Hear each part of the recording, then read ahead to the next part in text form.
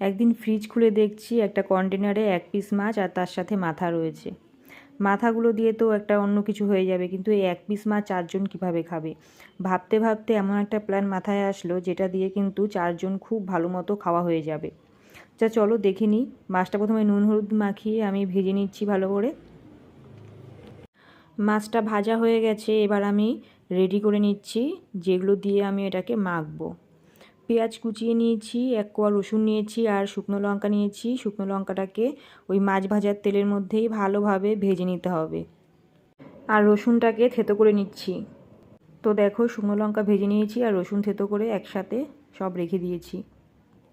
এবার দেখো, কড়াই থেকে মাছ ভাজার তেল কিছুটা নিয়ে মাছের মধ্যে দিয়ে দিলাম। এরপরে মাছের থেকে কাঁটাগুলো সব ভালো করে বেছে নেব। কাটা বাছা হয়ে গেছে, এবার এই সবগুলোকে একসাথে মেখে নিচ্ছে। এবার